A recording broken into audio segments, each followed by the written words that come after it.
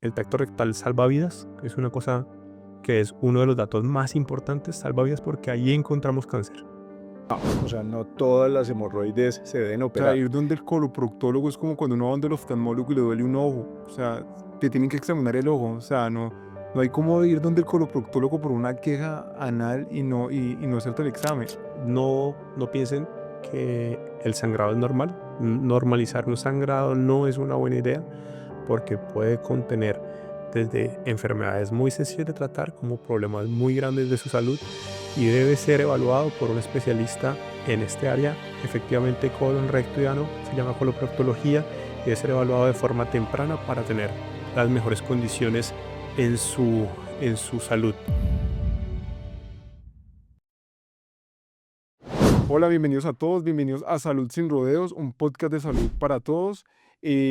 Hoy es nuestro primer episodio y vamos a hablar de un tema muy importante que es mitos sobre colon, recto y ano o mitos coloproctológicos. Para comenzar, yo creo que es bueno, Mauro, hablar qué es la coloproctología, que mucha gente tiene desinformación de esto y no entiende muy bien la especialidad. Entonces, la coloproctología pues es una subespecialidad de la medicina que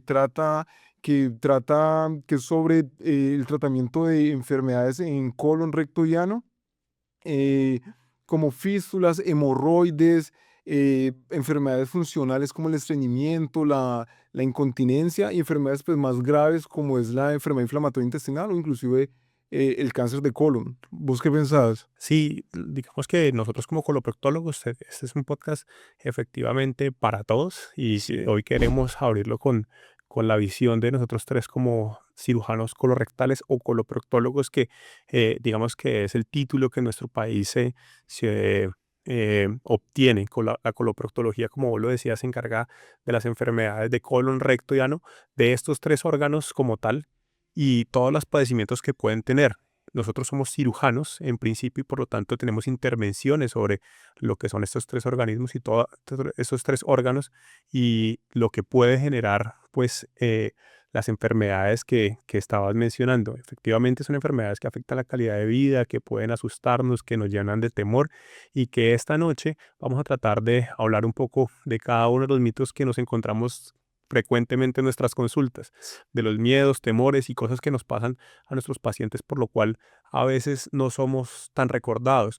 Eh, Realmente la coloproctología no es una especialidad como tan nueva como uno lo pensaría, ¿no, Dani? Sí, Es más lleva uno podría decir que en el pasado hay literatura y hay cosas que hay informes desde los griegos, desde mucho antes, donde ya habían personas que trataban las enfermedades que hoy nosotros, digamos que con los avances tecnológicos, también tratamos.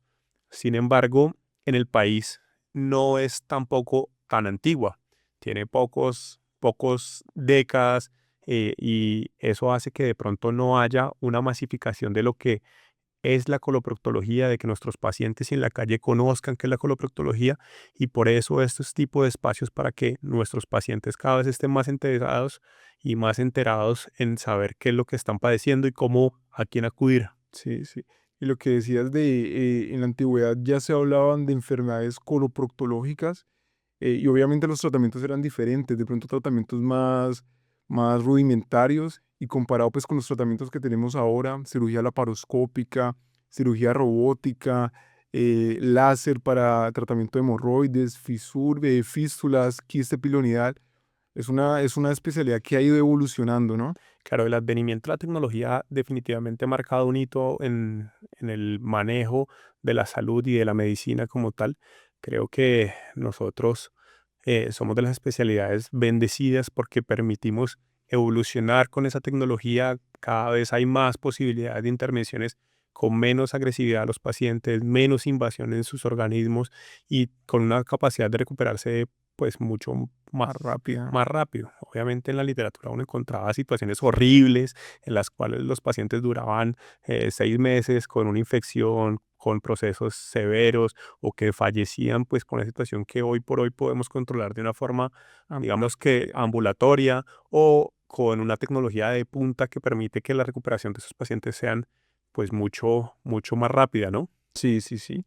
Pero esta noche venimos por mitos y Eso, cosas que le pasan a nuestros pacientes, dudas que tienen a veces para poder asistir a la consulta con nosotros. Yo creo que uno de los sustos más grandes es el sangrado, ¿sí o no? es el sangrado, sí. Yo creo que esa vergüenza que tienen los pacientes, o sea, uno, primero entender qué es el coloproctólogo, qué trata el coloproctólogo.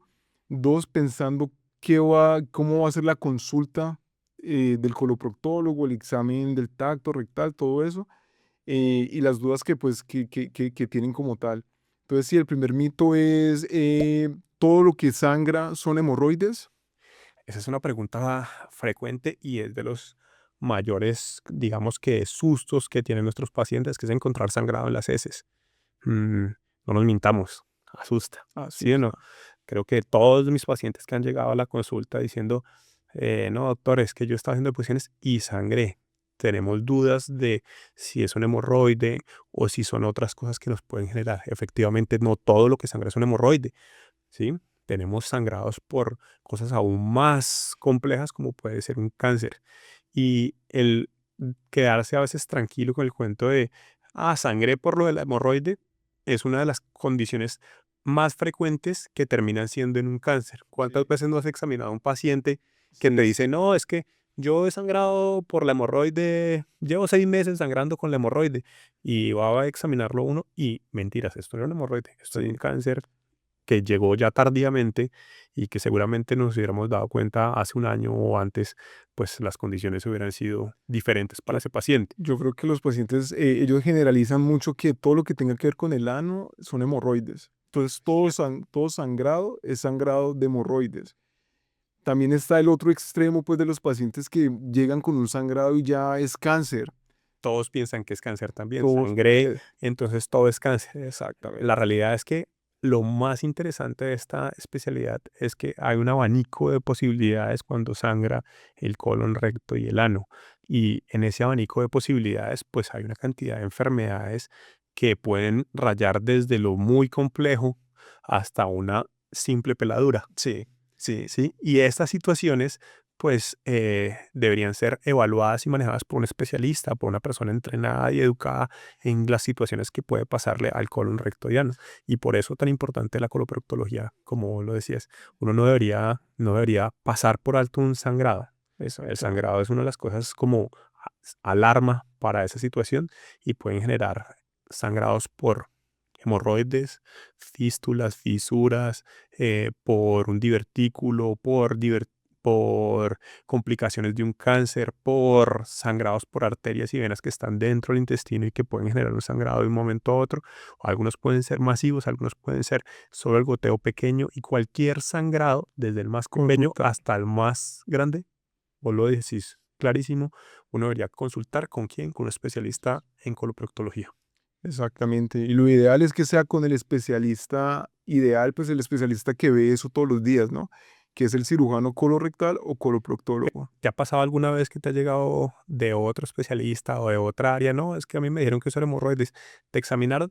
No, no, a mí me dijeron que eso era hemorroides, pero no me examinaron, ¿no? Eso es muy Es común. O frecuente, sea, ¿cierto? entonces el otro médico es mago, o sea, No, y yo no creo que ni sea mago o que sea bueno o que sea malo, sino que no es la persona idónea, no es la persona entrenada en hacer este tipo de estudios o de entender este tipo de enfermedades y por eso las deja pasar. Si a mí me preguntaran hoy por enfermedades de neurológicas, seguramente creo que no voy a ser la persona más adecuada y mi diagnóstico no va a ser el más preciso. Por eso total. busca el que tiene que ser.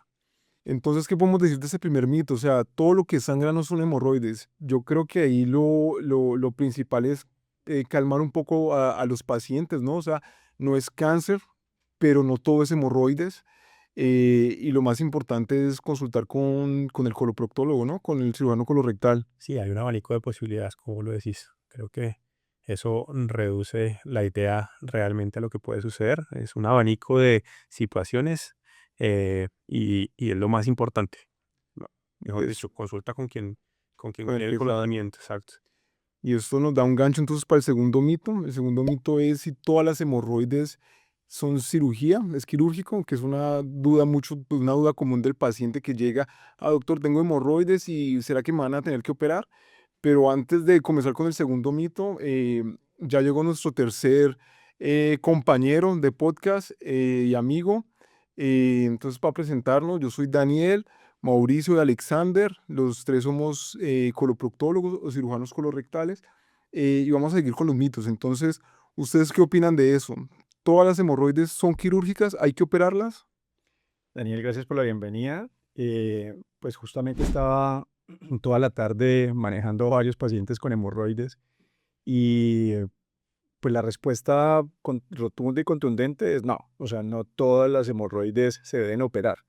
Es una de las estrategias principales para manejar a los pacientes con patología hemorroidal, pero no es la única y en mi caso, aunque sé que puede haber diferencias entre colegas nuestros, entre otros coloproctólogos, por ejemplo, en mi caso no es la primera opción, es probablemente la última alternativa que tengo yo para el manejo de los pacientes con sus hemorroides con algún tipo de problema o de sufrimiento. Creo que hay diferentes alternativas.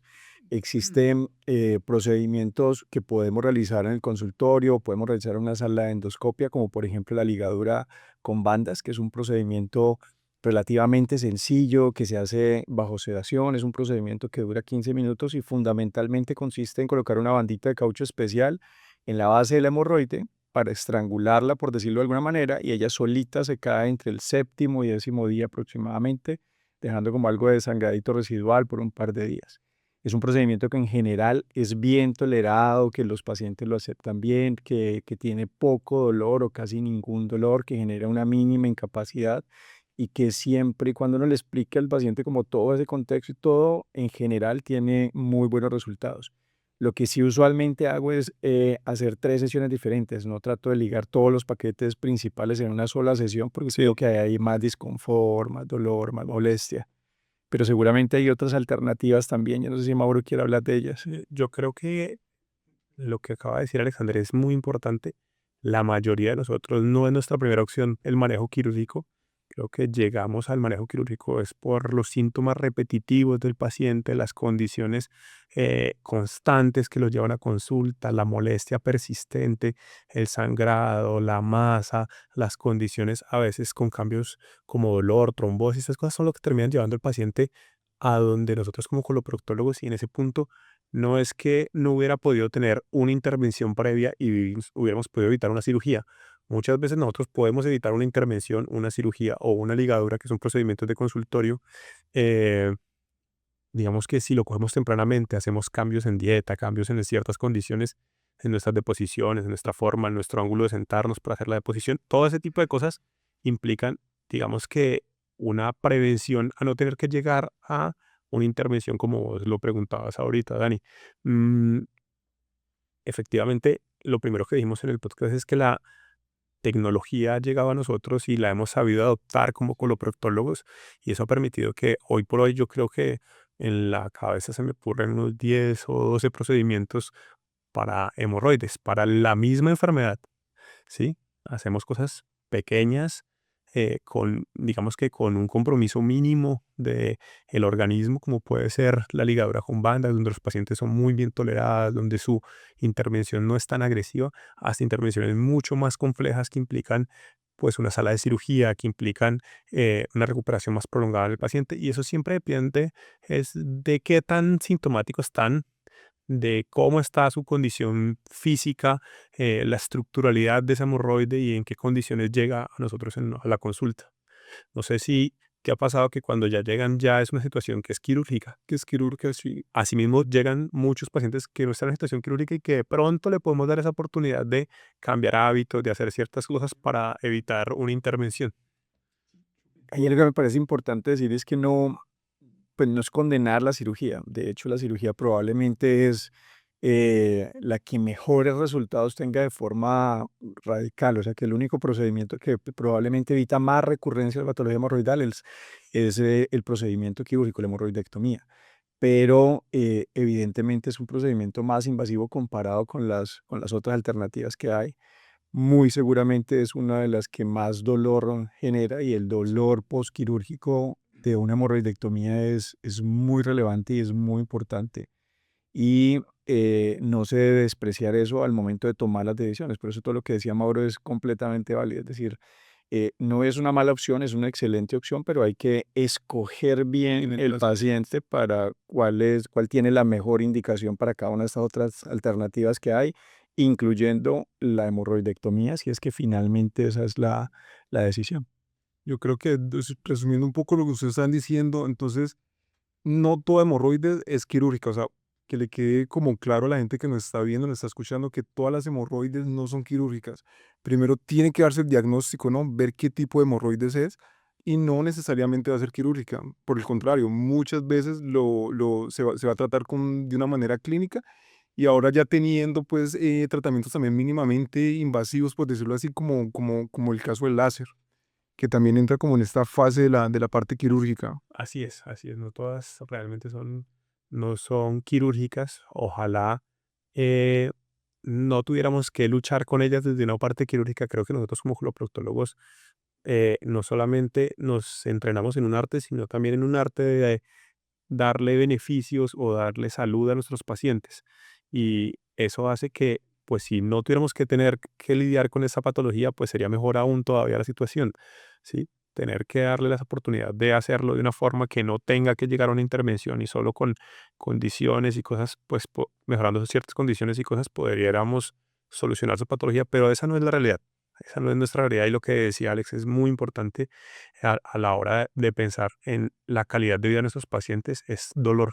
Dolor, dolor es una de las limitantes y por lo cual nuestra tecnología, pues en las últimas 2 décadas ha empujado como hacia el punto de qué hacer con esta situación que tiene dolor en su recuperación, que tiene síntomas, que tiene persistencia y que no va a ser solucionable simplemente con una ligadura o simplemente con cambios dietarios o con cambios en su estilo de vida y que va a tener que tener una intervención. Y por eso, pues, gracias a Dios, de la mano ha ido creciendo la tecnología para tratar de ayudarnos en eso. No es perfecta, ¿cierto? Creo que hoy todavía no tenemos un procedimiento perfecto, indoloro, Sí, en recuperación perfecta a los 5 segundos. No tenemos esa tecnología. Ojalá algún día podamos contar con, pues como sueño, intervenciones de este tipo de características donde los pacientes no sientan ni dolor, ni recuperación es inmediata, las condiciones inmediatas para este tipo de enfermedades que efectivamente son un padecimiento complejo para los pacientes.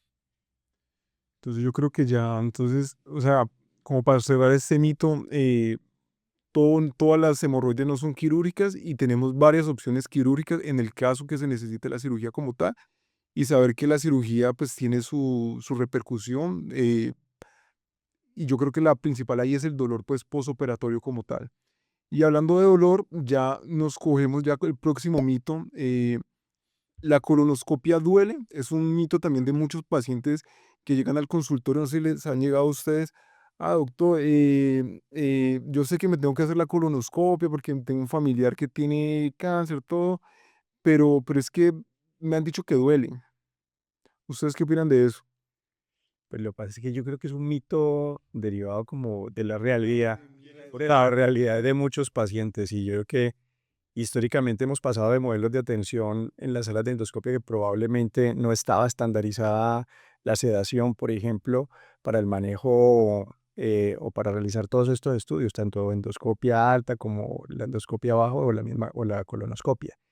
Y la colonoscopia es particularmente, tiene un grado de complejidad diferente que puede hacer que pueda haber dolor en algunos pacientes si no se hace bajo sedación.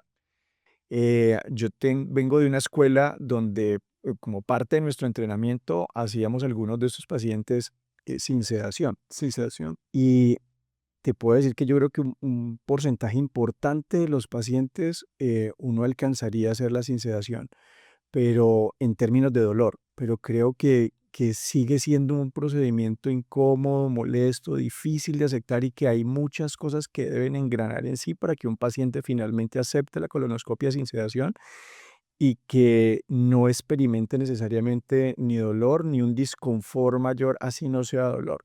Y la idea en general hoy en medicina es tratar de que todas estas experiencias que hay alrededor de la atención en salud pues eso, que no generen una mayor dificultad, ni una mayor morbilidad, ni un problema adicional al paciente, ni que finalmente generen ese rechazo. Entonces yo creo que respondiendo directamente a la pregunta o a lo que plantea el mito es que probablemente en algunos pacientes la colonoscopia sí pueda generar dolor, pero hoy en día con la alternativa de la sedación que se usa casi de forma estandarizada en casi todos los servicios donde hacemos estos procedimientos, yo creo que es muy factible sin generar ninguna molestia, sin ningún malestar significativo a los pacientes. Sí, yo estoy de Pues, acuerdo con Alex. Definitivamente, la estandarización del procedimiento con todas las condiciones es lo que ha permitido que ese mito de que genera dolor, que siempre es incómoda, que siempre es difícil, pues se vaya derrumbando. Efectivamente, decía yo, un mito bien infundado es porque la estandarización de la colonoscopia no siempre está en todas las instituciones, digamos que tan clara. Efectivamente, hay instituciones que hacen colonoscopia sin sedación como norma o hacen con equipos que son con otro tipo de gases que digamos que tienen mayor dificultad al momento posterior a la intervención y pues generan disconfort, distensión en el paciente, un poco de dolor.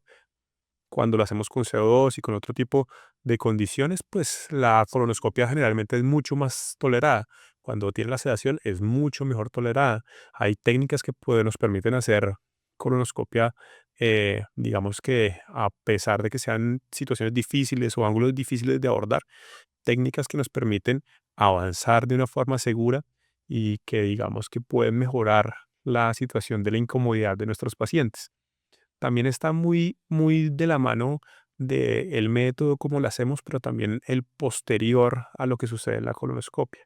En muchos lugares ponen situaciones como compresitas con calor, otras cosas que ayudan a dar un confort adicional a los pacientes, mm, que de pronto el confort no necesariamente es por un cambio físico que se está dando y que está mejorando, pero digamos que mentalmente prepara al paciente de una forma diferente y permite que la experiencia sea mejor, ¿no? sí. Entonces yo creo que, o sea, como para resumir la idea como tal, o sea, como tal, en condiciones adecuadas, una colonoscopia pues no debería doler. Obviamente puede causar algo de desconfort, pero pues dolor como tal en un momento ideal, no sé, con sedación, con CO2, es algo que no, pues que no es para doler. Y por el contrario, es un procedimiento que puede salvar vidas, que es un procedimiento totalmente de prevención. De Entonces, una, completamente de acuerdo, Dani. Yo creo que ese es uno de los mensajes importantes de ese tema, y es que no se le debe temer a la colonoscopia, ¿de acuerdo? En general, las colonoscopias, especialmente las diagnósticas, la tasa de complicación es muy, muy, muy baja. La complicación más temida cuando uno hace un procedimiento de esto es una perforación, sí, y la tasa de perforación es bajísima, bajísima, bajísima. Eso se ve con muy poca frecuencia y bajo ciertas condiciones o situaciones particulares en los pacientes. Entonces yo creo que el tema es, no hay que temerle, es un procedimiento muy bien tolerado en términos generales, especialmente hablando del tema de dolor, y por el contrario nos ofrece a nosotros tantas alternativas y posibilidades para poder ver muchas patologías en los pacientes, que nos ayuda desde la prevención del cáncer como hasta la detección de muchas otras enfermedades y poder a nosotros planear tratamientos que tengamos que hacer con los pacientes. Completamente de acuerdo. Pero si hay una condición especial que también me parece importante hablarlo, y es que no solamente el dolor es lo que le preocupa a los pacientes que le hacen la colonoscopia. Un paciente, por ejemplo, que ya le has hecho varias colonoscopias, a lo que menos le teme es como al evento como tal del procedimiento, porque ya sabe que es un procedimiento bien tolerado, que en general no duele, que no tiene ninguna molestia significativa. Lo que les aburre y que la verdad te dicen que no es la preparación. A todas veces dice, doctor, una colonoscopia no, esa preparación, ¿no? Y yo creo que ahí va mucho la estandarización del procedimiento. Hay preparaciones hoy por hoy muy bien armadas con, digamos que un conocimiento de las moléculas que nos ayudan a hacer la preparación y que son mucho más toleradas que lo común que en muchos lugares hacen preparación. Hay preparaciones, he conocido lugares o digamos que situaciones de pacientes que me han dicho, no, es que yo llevo tomando 2 semanas esto y yo digo, pero Dios santo. Dieta líquida una semana antes del procedimiento, por Ese ejemplo. tipo de cosas son mitos que realmente son infundados al paciente de pronto por las personas que ordenan la preparación, no necesariamente por los médicos que realizan el procedimiento, ¿sí? Por eso la estandarización de los procedimientos como la preparación para poder hacer una buena colonoscopia, para que el colon esté limpio, para que esté adecuado, para que no sea una colonoscopia fallida y encontremos un colon en las mejores condiciones para poderlo evaluar y poderlo tratar, yo creo que es fundamental para que el procedimiento sea exitoso. Con seguridad, con seguridad. Y sí, o sea, y el preparo es vital, pues, para lo que vos decís, es vital para tener una colonoscopia de buena calidad, ¿no? Que eso va a influenciar en el resultado, pues, del examen. Y te podría decir que como para resumir todo este proceso, uno, no hay que temerle a la colonoscopia, ¿sí? No, no puede salir de nosotros, del sistema actual que tenemos, es que la colonoscopia es un procedimiento riesgoso. Alex lo decía, es de bajo riesgo, tiene unos riesgos muy específicos que en manos expertas, digamos que están controlados. Mm, no son nulos, pero están controlados. Dos, es un procedimiento que no es doloroso, que en manos expertas, como lo decíamos, y estandarizado, debe ser bien tolerado. La preparación igualmente. Y eso sí, lo que decíamos ahorita es un procedimiento que salva vidas, es un procedimiento salvador. Hoy por hoy el cáncer de colon viene en un aumento gigantesco en nuestras poblaciones y todo el mundo hoy habla de su citología, de su revisión de las mamas, del autoexamen, de esto. Eso es algo que es completamente popular para la mayoría de las personas que encontrás en la calle, pero nadie habla de la necesidad de revisar uno de los cánceres más frecuentes en nuestra población, que es el cáncer de colon. Y eso, la única forma de uno estar ahí atento, capacidad de encontrarlo, de tratarlo tempranamente, se llama colonoscopia, simplemente. Súper de acuerdo con ese punto. Y yo creo que es un tema que estamos demorados en que sea de interés de salud pública, así como lo es el cáncer de cervix, como lo es el cáncer de seno, y que hay políticas muy puntuales dirigidas a eso. Eh, Dentro de nuestro sistema de salud también hay pues guías y cosas orientadas hacia la necesidad de la colonoscopia, pero probablemente no con esa Masificación. masificación que se hace para esas otras patologías, y sí es fundamental entender que la colonoscopia es vital para poder diagnosticar esta enfermedad que tiene unas indicaciones claras de tamización, así estemos completamente sanos después de los 45 años, tener por lo menos una colonoscopia en donde estemos claros que todo está bien, y a partir de los hallazgos de esa primera colonoscopia seguir haciendo el seguimiento o los otros estudios de tamización de forma periódica de acuerdo a la indicación que corresponda.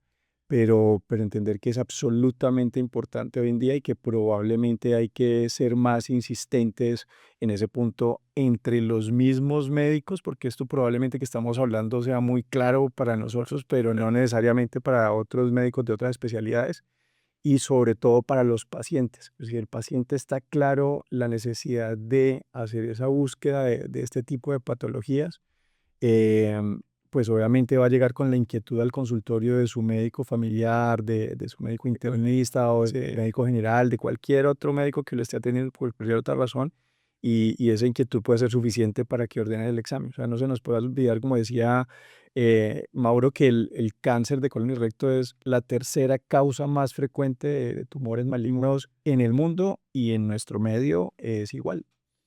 Yo creo que ya también para cerrar este mito, yo creo que eso que dices es importante. O sea, todas las personas con más de 45 años tienen que hacerse la colonoscopia. O sea, que es algo que dicen las guías y hablando de personas que no tienen factores de riesgo oncológicos de intestino, pues, porque Claro, en los otros pacientes podemos arrancar aún más temprano. exactamente. Entonces son cosas que el paciente tiene que saber, lo que vos decís, los otros médicos, que la especialidad pues no es del día a día del colon, también tienen que saber y, y prevención, ¿no? O sea, yo creo que ese es como el mensaje que le damos con este mito, hay que prevenir y 45 años hacerse la colonoscopia.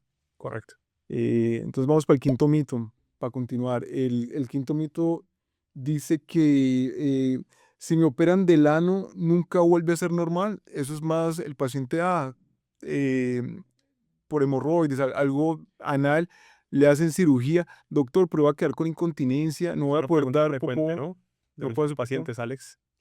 Sí, claro, bien, sí. Hoy un miedo de nuestros pacientes constantemente. Obviamente es un temor natural, precisamente porque es una estructura crítica en el funcionamiento de nuestro organismo y obviamente si van a hurgar por allá abajo uno quiere que quede lo mejor posible y el temor sobre todo de alguna persona que conozca y entienda lo que es un síntoma de incontinencia, pues obviamente lo puede preguntar de primera mano. Y si no lo preguntan, yo creo que es obligación de uno también siempre contarles y aclararles justamente todos esos temores y miedos que pueden haber alrededor de esto. En general, pues obviamente depende del tipo de procedimiento que vayamos a hacer, o sea, de la patología que tenga el paciente y del procedimiento que vayamos a hacer para resolver esa patología que tiene el paciente. En función de eso y de cómo esté estructuralmente el esfínter anal, pues obviamente puede ser el riesgo de tener o no un problema como por ejemplo la incontinencia. Pero también pueden haber otros problemas secundarios allí, o sea, aparte de la incontinencia, estenosis, que es como la estrechez del ano, un dolor posoperatorio crónico, fístulas, o sea, otro tipo de situaciones que se pueden derivar de un mismo procedimiento quirúrgico, pues precisamente por la complejidad que tiene la estructura anatómica como tal. En general, yo creo que si hay una, el diagnóstico correcto, la indicación de tratamiento de procedimiento quirúrgico correcto y hecho por la persona correcta, o sea, unas manos expertas, la probabilidad de que hayan complicaciones no esperadas es muy baja, ¿de acuerdo? Ningún procedimiento está exento de complicaciones y eso es muy importante decirlo. O sea, cualquier procedimiento quirúrgico, por pequeño que sea, o sea, la sacada de una uña encarnada, tiene riesgos implícitos y esto no es la excepción. Pero entre más se cumpla como esa regla, eso lo decía un profesor mío al que estimo mucho, y es que el paciente correcto con el tratamiento correcto en las manos correctas, la tasa de éxito es mucho más probable que suceda, con seguridad. Yo creo que ese es un miedo muy importante de nuestros pacientes y es un miedo que hay que aterrizar a una realidad como tú lo dices, cuando uno se enfrenta como paciente a esta situación, no solamente conociendo la complejidad de la estructura, sino la complejidad social que implica la estructura. Si una incontinencia o una alteración en el ano para nosotros tiene una implicación social pues compleja, puede acabar con la calidad de vida de, de un paciente, puede comprometer de una forma importante su actividad social, su forma de percibirse, y esto es importante. Nosotros, de pronto, las personas que no son especialistas en esta área, de pronto pueden dejarlo a la ligera. Y eso implica a la hora de escoger el paciente correcto, con la patología correcta y entregárselo en manos expertas. Mm, Porque todos hemos recibido situaciones de nuestro país es que la coloproctología, como lo decíamos inicialmente, es una especialidad que viene conociéndose y dándose a conocer en las últimas décadas, pero no siempre ha sido así. Entonces todos hemos conocido pacientes que han llegado en condiciones difíciles, operadas por personas no expertas en este área o que no han recibido un entrenamiento para esta área porque no había otro especialista en la zona rural que, que provienen, ¿cierto? Y pues sí, es más frecuente que pueda suceder un problema o que podamos tener incontinencia, podamos tener daño de las estructuras específicas que están ahí si son por humanos que no han sido entrenadas para hacer este procedimiento. Mm, pero cuando se hace de la forma más reglada, de la forma eh, mejor pensada, diagnosticada y digamos que de una forma estructurada, pues esos riesgos se reducen al mínimo y si llegase a ocurrir una situación, pues también debe ser evaluado por la persona con mayor capacidad para resolver un problema de estos y que pueda darle, digamos que pueda entender no solamente que es un problema o una estructura, sino que es todo un entorno global del paciente donde tenemos su situación social, donde tenemos que entender su situación sexual, donde tenemos que entender una cantidad de condiciones que me hacen ver no solo un problema en una estructura, sino un problema en un ser humano que tiene una complejidad pues mucho más grande. Creo que entonces como respuesta al mito, o sea, sí se puede tener algunas complicaciones pues en la cirugía, pero entre, o sea, en manos expertas y entre más expertas pues las manos sean, ese riesgo pues de complicación de pronto de quedar con alguna incontinencia, el problema pues va a disminuir. Entonces Se como puede minimizar, de acuerdo. lo mismo que ya habíamos hablado, o sea, cualquier cosa en el ano, consulte con el coloproctólogo. Sí, No, no sabe de oro, sí. Sí, me sabe de oro. y yo creo que yo no me subiría a un avión de guerra con un piloto que está haciendo sus primeras horas de vuelo, ¿sí o no? Es tal cual. Y el coloproctólogo es el médico que opera eso Que todos los días. esa es nuestra área, es lo que nos dedicamos, es lo que hacemos todos los días, es lo que estudiamos. Eh, Mucha gente pregunta por qué estudiaste coloproctología. Ese es un tema para otro episodio y les explicaremos muchas cosas interesantes y bellas de esta profesión, pero, pero sí, efectivamente hay que buscar la persona adecuada. Creo que hablando de eso ya da el gancho para, para el último mito. Eh, la gente le tiene miedo a ir donde el coloproctólogo. O sea, ¿ustedes qué me pueden decir de cómo es una consulta donde el coloproctólogo? Al paciente fue donde, no sé, el internista, médico general, y lo remitió donde el coloproctólogo. El paciente se llena de expectativa, qué va a hacer, cómo va a ser el examen físico. Si vengo a colonoscopia de una vez, Llegan, nada, doctor, me va a hacer la colonoscopia ahora. ¿Ustedes qué pueden decir de eso?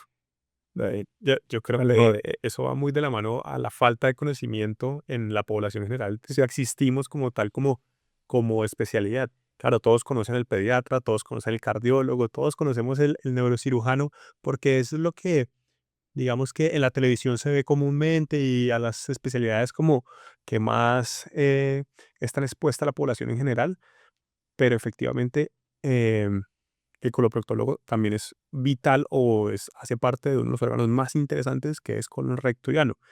Y pues cuando a nosotros llega el paciente, llega con dudas, con miedos, con temores, lleno de situaciones preguntando si es que aquí me hace la colonoscopia de una vez, eh, pero es que yo no me preparé, Que yo no, pero es que yo comí, pero es que, doctor, y me va a revisar y me tiene que revisar. Es una de las preguntas más frecuentes que tienen los pacientes. Y efectivamente, sí, cuando estamos evaluando colon recto y ano, hay que evaluarlo desde muchos puntos. Cuando nosotros hacemos un análisis de los síntomas que tiene el paciente y por eso hacemos una entrevista muy pensada a las posibles síntomas y situaciones que puede tener con el colon recto y ano, y una vez identificado las posibilidades del órgano comprometerse, pues asimismo tendremos que hacer un examen.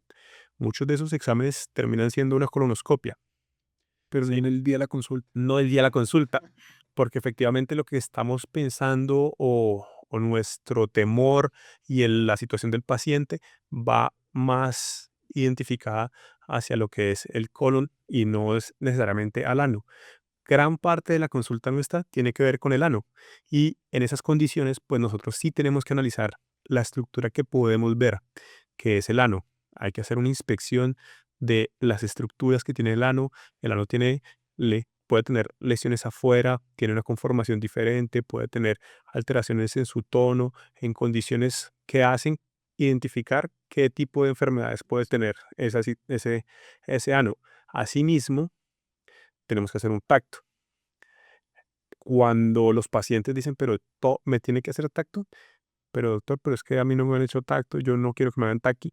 Eso es algo que es frecuente, pero ese temor al tacto generalmente desaparece cuando uno explica realmente ¿Qué va a qué es hacer? la razón del tacto, el por qué y qué es lo que va a hacer, en qué consiste el examen y por qué es tan importante hacer una evaluación del canal anal o el tacto rectal. El tacto rectal salva vidas, es una cosa que es uno de los datos más importantes, salva vidas porque ahí encontramos cáncer. Y es tan fácil de identificar como hacer un tacto rectal. Eso es una cosa que yo aprendí desde la medicina y desde la medicina general y digamos que en el transcurso de la vida uno lo va regando más cuando se vuelve coloproctólogo, ¿no? Dice que si no haces un tacto, no viste el paciente realmente. No hubo una evaluación completa o clara. Y muchos pacientes me han llegado a mí con cáncer, remitidos que porque tenían un hemorroide, ¿sí? Y nunca nadie les hizo un tacto que pudo haber salvado su condición de esfínter o su cáncer de recto y que es tan fácil de hacer como hacer un tacto rectal, explicarle al paciente. La mayoría de las veces el tacto rectal es algo que no es cómodo, no es un examen que uno diga, qué delicia, voy a ir a hacerme un tacto rectal. Eso no sucede, pero no es un examen incómodo. Yo le doy un Por- examen que debe ser cómodo, que debe ser, no debe ser doloroso, Sí. que debe ser, digamos que explicado al paciente y por esas razones, pues es a lo que va, digamos que para evaluar lo que es el canal anal. ¿Tú qué opinas, Alex? Yo le pregunto a Alex, ¿todo paciente que va al coloproctólogo hay que hacerle examen anal, hacerle tacto? Pues orientado de acuerdo a su motivo de consulta, probablemente sí. Es decir, si su motivo de consulta efectivamente eh, pues orienta a pensar hacia una patología del canal anal, proctológica o relacionada, pues probablemente haya que hacer por lo menos una inspección del borde, del margen anal, que son los alrededores, y probablemente un tacto rectal, que es como la forma idónea de complementar ese examen físico a ese nivel. Y hacia allá iba como tratando de darle continuidad a lo que decía Mauro, y es que pues obviamente el paciente puede llegar con esa sensibilidad o esa susceptibilidad especial a la consulta por diferentes razones. Uno, por la naturaleza misma de algunos diagnósticos que nosotros atendemos cuando llegan, por ejemplo, con un diagnóstico de cáncer a la consulta, y esto no necesariamente implica que vayamos a tener que evaluar el ano, pero el paciente ya llega con esa sensibilidad o esa susceptibilidad especial donde el coloproctólogo, que otra vez probablemente para muchos es un especialista que ni siquiera sabía que existía y va a llegar por primera vez donde esa persona a contarle un problema tan grave como el que tiene. Entonces, solamente uno encuentra a esos pacientes o a los pacientes con cierta sensibilidad. Y lo otro es que obviamente como parte de algunas de las cosas que nosotros manejamos y evaluamos, especialmente en patologías proctológicas o relacionadas con el ano, pues obviamente vamos a tener que evaluar una zona íntima y una zona que genera de alguna manera esa sensación de vulnerabilidad, especialmente porque implica que en algún momento de la consulta vas a estar sin algo de tu ropa o parcialmente sin ella. Y eso efectivamente yo creo que nos puede pasar absolutamente a todos. Probablemente le pase también a las mujeres cuando van, sobre todo la primera vez a donde un ginecólogo, ¿no? Probablemente las mujeres tienden a ir siempre con el mismo ginecólogo, a tener un ginecólogo de confianza, y esa sensación vaya cambiando a medida que pasa el tiempo o no en algunos casos, pero en la mayoría creería yo que sí.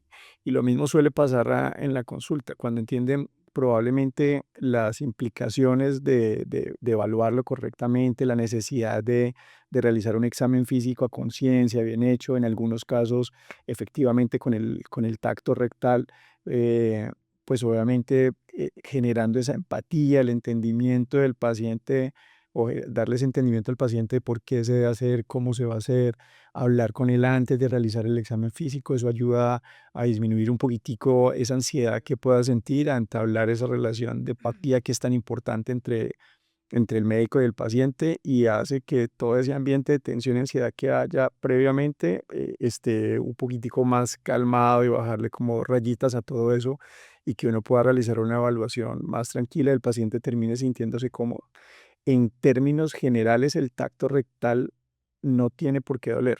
O sea, habrán ciertas condiciones o ciertas patologías en los que sí, y probablemente cuando uno se anticipe a eso, a veces ni tiene ni hace lugar. Sí, por ejemplo, cuando hay una fisura anal, si hay una fisura anal y yo sé que está allí y ella ¿Se logramos ver? pues yo, o sea, no le haces tacto rectal para adentro y no termina pegado al techo, o sencillamente no vuelve con vos. Así de sencillo. Pero la mayoría de las veces el tacto rectal no duele. Es incómodo, genera desconfort, eso no es agradable, no es chévere. Pero no duele. Entonces no es más como toda la ansiedad que puede haber alrededor, y eso va muy de la mano de la forma en cómo le hablamos, le explicamos a los pacientes, le hacemos entender la importancia de realizarlo, la necesidad de evaluarlos correctamente. Y probablemente en consultas repetidas a veces ni se necesita volver a hacer evaluación rectal, o son situaciones muy puntuales. Sí, Y si es necesario, la actitud del paciente también es diferente ya. sí, con seguridad. No, yo creo que, o sea, lo que ustedes habían dicho, o sea, el tacto rectal, hablando específicamente del tacto rectal, pues salva vidas y es, o sea, yo me acuerdo de un profesor allá en Brasil me decía mucho, o sea, ir donde el coloproctólogo es como cuando uno va donde el oftalmólogo y le duele un ojo, o sea, te tienen que examinar el ojo, o sea, no hay como ir donde el coloproctólogo por una queja anal y no hacerte el examen, o sea, es algo, pero que ustedes dicen, o sea, generalmente la mayoría de las veces no duele, incomoda sí, o sea, Es imposible uno decir que no es incómodo, pero pues no es doloroso la mayoría de las veces. Yo creo que ya terminando pues los mitos, ya hablamos de los 6 mitos, yo creo que mitos interesantes. En los próximos episodios hablaremos de más específicamente de cada uno, hablaremos de otros mitos.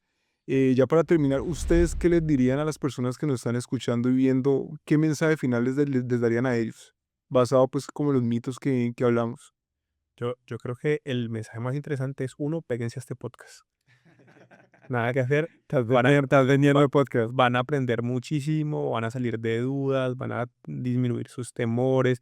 De pronto les sirve a muchos pacientes que de pronto también nos escuchan, personas que tienen una patología y le tienen miedo a saber qué voy a hacer, cuál es el paso a seguir, qué hago, será que dónde consulto, a quién consulto. Ya hoy saben que existe la coloproctología, que saben qué áreas trata y algunos, digamos, que temores que tienen de la consulta y de las cosas que les puede suceder, van bajando un poco ese tema de los miedos y los temores. Entonces, péguense a este podcast, nada que hacer. Va a estar buenísimo. Además de eso, van a ver que vamos a tener una que otra persona muy interesante en este Seguro. lugar. Y dos, pues uno, mm, no piensen que el sangrado es normal. Normalizar un sangrado no es una buena idea porque puede contener desde enfermedades muy sencillas de tratar como problemas muy grandes de su salud y debe ser evaluado por un especialista en este área. Efectivamente, colon, recto y ano se llama coloproctología y debe ser evaluado de forma temprana para tener las mejores condiciones en su salud. No le tengan miedo a, a ser em, evaluados por un coloproctólogo, las manos expertas, el entrenamiento adecuado y digamos que las condiciones éticas que nos llevan a nosotros a hacer este tipo de trabajo, pues permite que vaya a tener una consulta muy agradable y que seguramente va a salir de sustos y de miedos y va a encontrar en nosotros un especialista con la calidad humana que les va a permitir bajar todos los temores que tienen, Sí. aterrizarlos y encontrar soluciones a sus problemas. Entonces, pues uno, bienvenidos. Y Alex. No, yo creo que me adhiero a las conclusiones que ya habías hecho vos previamente al cerrar cada mito y a lo que acaba de decir Mauro. Yo simplemente lo redondearía como corroborando eso. O sea, hay muchas patologías o enfermedades en las que está involucrada la necesidad de atención de nuestra especialidad. Y aunque no somos una especialidad joven, pues que nació ayer, eh, llevamos varios años existiendo en el mundo y también aquí en Colombia, décadas diría yo, pero aún así sigue siendo relativamente desconocido para mucha gente. Entonces yo creo que eso es como la idea y la naturaleza de donde surge todo pues el tema de realizar este podcast y es que entiendan a qué nos dedicamos, qué hacemos y cómo podemos ayudar a la gente a través de justamente el desarrollo de todas las actividades que nosotros hacemos en nuestra consulta, en nuestro trabajo con el servicio de endoscopia y en el quirófano. Entonces probablemente la invitación de Mauro es muy oportuna de seguir los diferentes temas que estaremos hablando y desarrollando aquí, ir contando y mirando qué otras cosas surgen, ideas y cualquier inquietud también que nos la vayan escribiendo, porque es chévere tener ideas de ese lado del podcast, del público, de qué les gustaría escuchar o qué les gustaría que habláramos, aunque por ahí hay varias ideas interesantes ya para darle continuidad a esto. Yo creo que agregando lo que ustedes están diciendo, pues la gente que nos está escuchando y viendo, que les quede claro pues que existe un médico del ano, existe un médico del colon, del recto, que se llama coloproctólogo o cirujano colorectal.